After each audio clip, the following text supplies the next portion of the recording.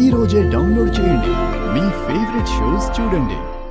మనం తయారు చేసే కేకులు అయితే మైదా ఉండదు, మల్టీగ్రెయిన్ పిండి ఉంటుంది, హాని కలిగించే పంచదార ఉండదు, న్యాచురల్ తీపి పదార్థాలు కలుపుతాం.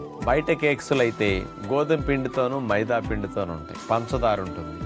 కేకులకి కలర్లు, రకరకాల క్రీములు ఇవన్నీ వాడతారు. ఇప్పుడు మనం చూపించే దాంట్లో హై కాల్షియం ఉండే మిలెట్స్, రాగులతో, అరటిపండు అంటే మంచి పొటాషియము, చాలా సూక్ష్మ పోషకాలు ఉంటాయి, మంచి బలం, న్యాచురల్ తీపి. అలాంటి దాన్ని ఉపయోగించి హాని లేని తీపి పదార్థాలు కొన్ని కలిపి కెమికల్స్ లేకుండా హెల్దీ కేక్ ని నలుగురికి పెట్టిన ఆరోగ్యాన్ని ప్రసాదించినట్లు మీరు తిన్న ఆరోగ్యం వస్తుంది.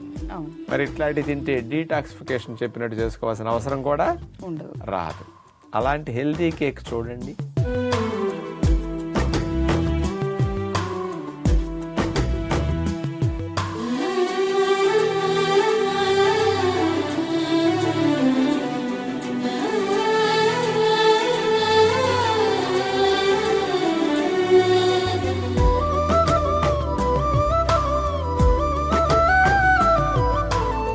ముందుగా ఒక బౌల్ తీసుకుని అందులో బాగా పండిన అరటి పండ్లను వేసేస్తాం. మూడుటిని అట్లా వేసేసి పప్పు గుత్తితో అట్లా నొక్కేసి మ్యాష్ చేసేస్తాం. అట్లా పేస్ట్లా చేసిన తర్వాత ఆ అరటి పళ్ళ చిదుములోకి పెరుగు వేసేసి అట్లా బాగా కలిపేసేయాలి. అరటి పండు పెరుగునట్లా బాగా కలిపిన తర్వాత అందులో రాగి పిండి వేసేసి అందులో కొద్దిగా మల్టీగ్రెయిన్ పిండి వేసేసి తీపి కొరకు మనం ఎండు ఖర్జూరం పొడి వాడుతున్నాం అనమాట. అంటే హాని లేని తీపి, పంచదార వేస్తే ఎట్లా టేస్ట్ ఉంటుందో సేమ్ టేస్ట్ ఖర్జూరం పొడికి వస్తుంది. అట్లా పూర్తిగా పిండి అంతటిని కలిపేసి అందులో బేకింగ్ సోడా కొద్దిగా వేసేసాం.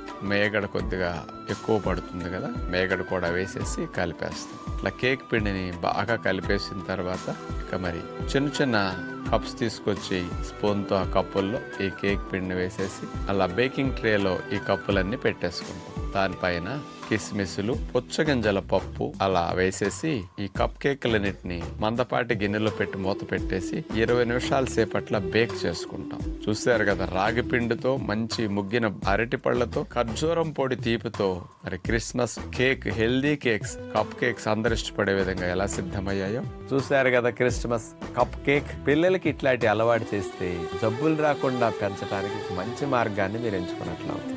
ఎంజాయ్ చేయాలి, కానీ రోగాలు వచ్చేటట్టు ఎంజాయ్ చేసే ఫుడ్స్ని మనం తయారు చేయకూడదు, పెట్టకూడదు, కొనకూడదు.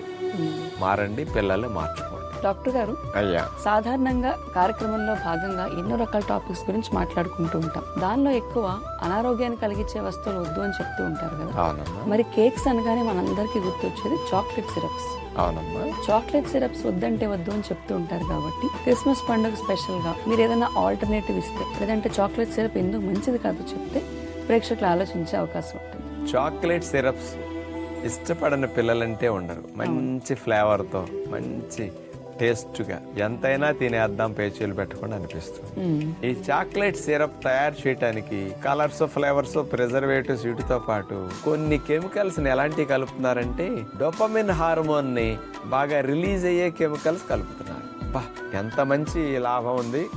హ్యాపీ హార్మోన్ డోపమిన్ తయారవుతుంది. ఇంత భలే చెప్పారు కదా ఇంతకు ముందు. చాక్లెట్ సిరప్ తింటే డోపమిన్ వచ్చేస్తుందని చాలా మంచిగా ఫీల్ అవుతున్నారు కొంతమంది. ఆ కెమికల్స్ ఇట్లాంటివి కలపడం వల్ల పిల్లలకి చాక్లెట్ సిరప్ తిన్న వెంటనే డోపమిన్ అనే హ్యాపీ హార్మోన్ బాగా రిలీజ్ అయ్యి చాలా బాగా ఆనందంగా ఉంటారు తిన్న తర్వాత.